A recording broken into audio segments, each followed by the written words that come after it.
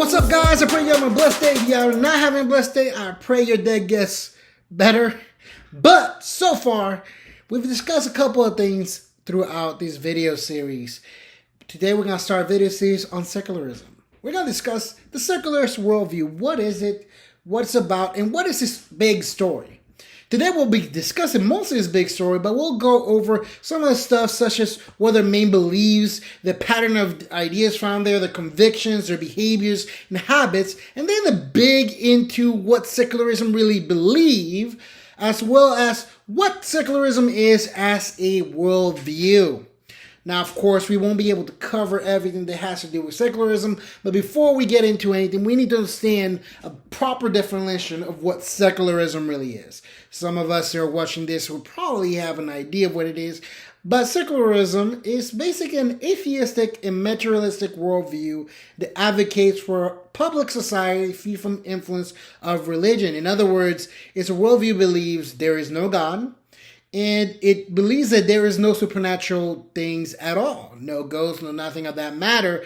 It's just materials, rather. Matter in of itself. That is all the world consists of. And nothing outside of matter can exist within our world. In other words, they believe the natural world is all that exists. They also push for the idea that any influence of anyone or any group that believes in the influence of something supernatural needs to remove from any influence, including politics and education. Now, to understand secularism, there's a lot that we need to dig into. But today we need to understand its relationship with propaganda. After all, secularism pushes an idea, a big story, and uses propaganda to push their story together in many facets. The term propaganda refers to mass suggestion or influence through the manipulation of symbols and the psychology of the individual, with the ultimate goal of having the recipient of the appeal come to voluntarily accept this position as if it were his or her own. Now, propaganda campaigns typically portray the opponent as possessing evil character, qualities, and motives in order to incite feelings of indignation, revulsion towards them, such that any harm directed their way is viewed as an act of justice, a just retribution. We see this constantly, and we even see some of the most prominent atheist secularists that are out there in the new atheistic movement, such as Dawkins, who wrote a book describing God, the moral monster. And he goes into it and discusses and basically says that the God of Christianity and Judaism and every God is this horrible monster, and literally goes down into deep detail how horrible it is. Literally writes an almost entire page of just adjectives pointing to God being evil. That's basically what propaganda is. And a lot of atheists do that to point out the evil of religion in of itself. See, in secularism and an atheistic, materialistic worldview, many, of course not all, many actually view religion as evil. Okay? Now, many worldview battles in our day are examples of propaganda.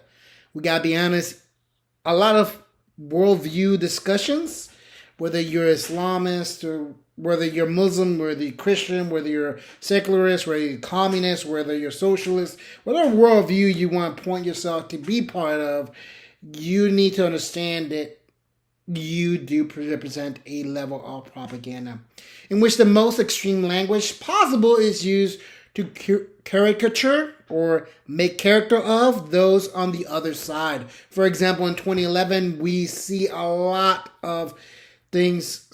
We see 61% of North Carolina voted for the Constitutional Amendment establishing marriage between man and woman as the only domestic legal union valid or recognized in the state. And the tribes rapidly multiply. North Carolina keeping hate alive really brings out the human garbage side of our species. North Carolina electorate is dumb as trash. We also see a lot of that constantly. In fact, a lot of homosexuality. The first thing you hear whenever you say you disagree with homosexuality, if a Christian even says that homosexuality is a sin, he's a bigot. Why? Because he's horrible, because he rejected it. They just say you're a bigot. They never explain it. They just call out to you as being horrible. Even mainstream media outlets ran with this kind of theme. One op piece in the Los Angeles Times featured regarding the very same story of North Carolina boats. The headline, Obama gay marriage and a win for bigotry in North Carolina. This kind of rhetoric ignores entirely the arguments about whether gay marriage is a good idea or not. Rather, it seeks instead to portray opponents as hateful, bigoted, dumb human garbage. This is propaganda. The very idea of you're trying to push your viewpoint by simply discussing the character of the individual is not really saying whether their idea is good or not. It's propaganda. You're trying to point out that their viewpoint is invalid purely by the idea of whether or not that individual is good. Now, it's a rewriting of history to turn public opinion against traditional marriage advocates within making or employing watered-down versions of actual arguments within the homosexual argument. But this can be actually expanded to just about anything in society today. It's no surprise we live in the strongest cancel culture all around. And it's no secret that Americans disagree with one another in about many things, even to the point of these days, sadly, even what the favorite colors of a person should be. I kid you not, look it up. You will write it down, a favorite color, and someone will hate you on it in social media and will call you some sort of name for your opinion without arguing why you are wrong. Just simply saying you're stupid or something along those lines. But the issue below the surface, the one almost no one really talks about, is the way history is rewritten to justify a particular worldview and not just any single issue like gay marriage. This propaganda isn't a single fact in this story, yet it's purely being used that there is no fact in those stories, yet many consider them to be accurate. The most popular college history text in print today, A People's History of the United States, is 768-page diatribe bereft of a single footnote, offering precisely this point of view. In other words, it has nothing, no footnote, no research whatsoever, no accreditation, no possible way to actually look up the research. If you ever see any paper with a footnote, you know they have nothing. In fact, even a high school student knows that to have no footnote either means they made a reflective paper, they plagiarize, or something along those lines. This is actually something you teach high school students, even middle school students, how to do. Get the most popular history book, and this is a history book. It's considered nonfiction and an actual history textbook of 768 pages, just offering a narrative, a story, a propaganda. If people believe this story, they'll not only view secularism as a key to human flourishing, they'll insist on locking Christians out of positions of influence.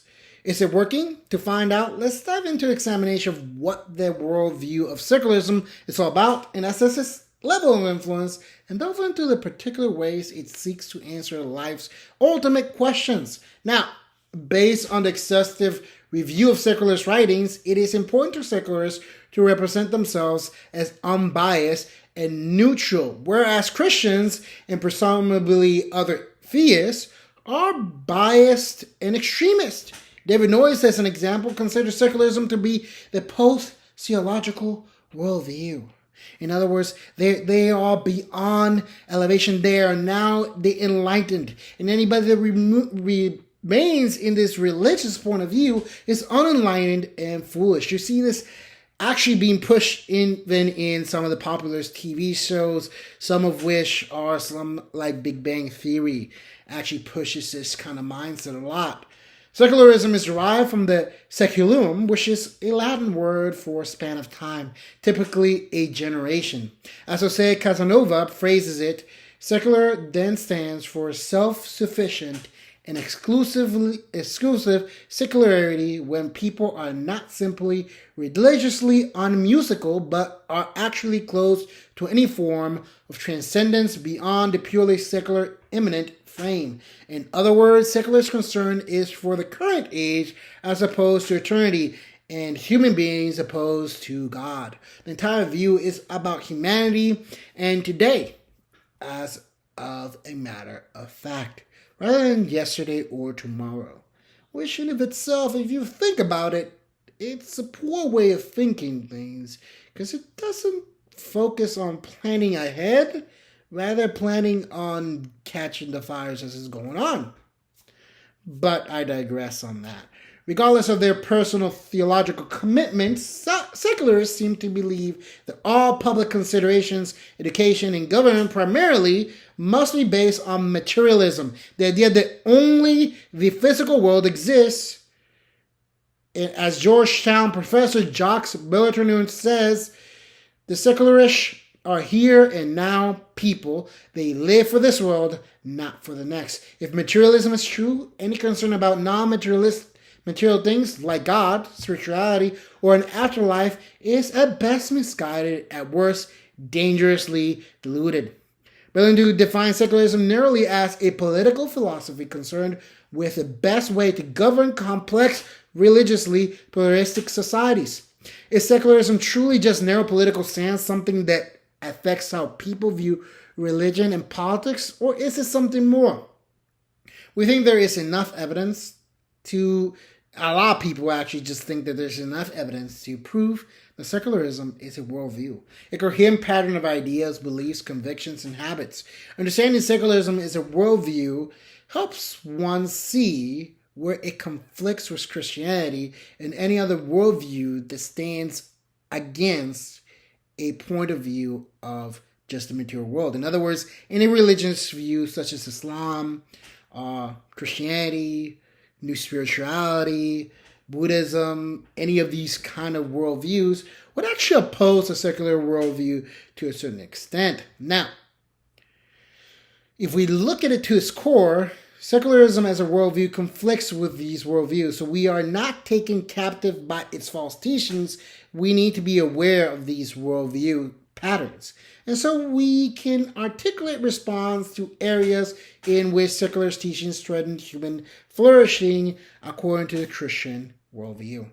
Now, of course, this means that regardless of their personal theological commitments, secularists seem to believe that all public considerations in education government primarily goes to an actual higher level than most people would expect, such as, for example, let's say this is an actual case, you can look it up, where a Christian coach, a high school coach, by his own intuition, he forced nobody, he never called anybody over, he never asked anybody. Before a game, he always prayed, because in his Christian convictions, he wanted to bring the game to God.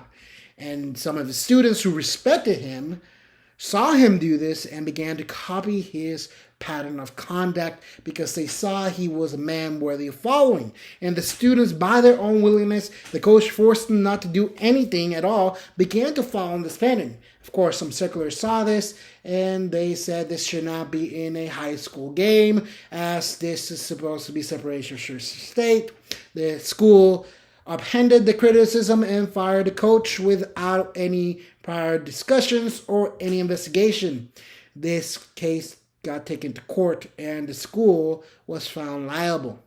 However, the man did lose his job, and it took several years to go through this court pattern.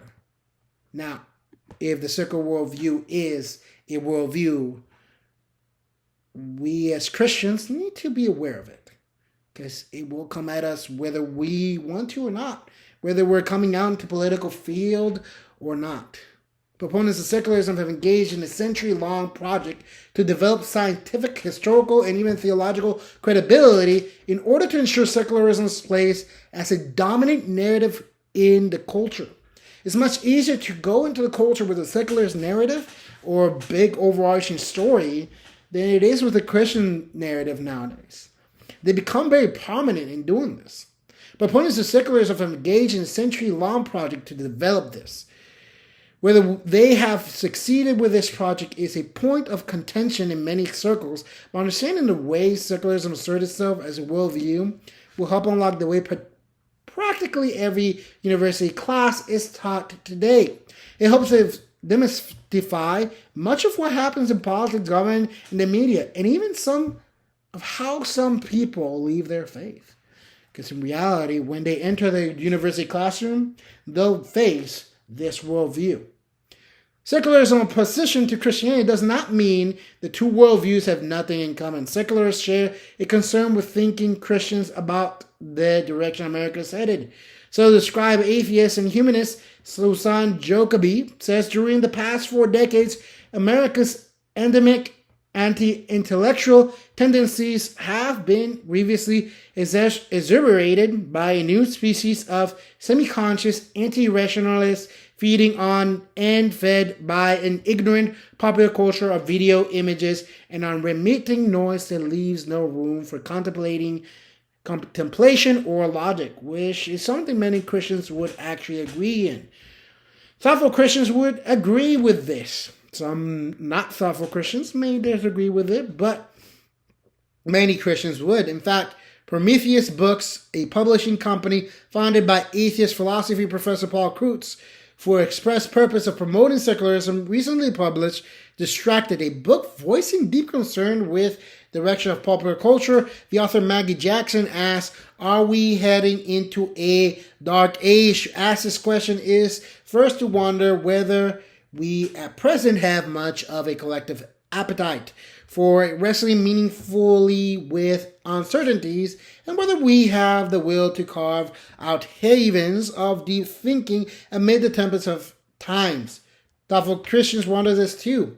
And we even see some who have argued whether the point of view of morality that is going on today has anything to do with the secularism. What they've tried to do has failed. This actually was a discussed in a joint discussion between a atheist apologist against Islam and a Christian apologist against Islam, who discussed this and extensively. They both named David Wood and Apostate Prophet. Is their YouTube channel is Acts 17 and Apostate Prophet is their YouTube channels.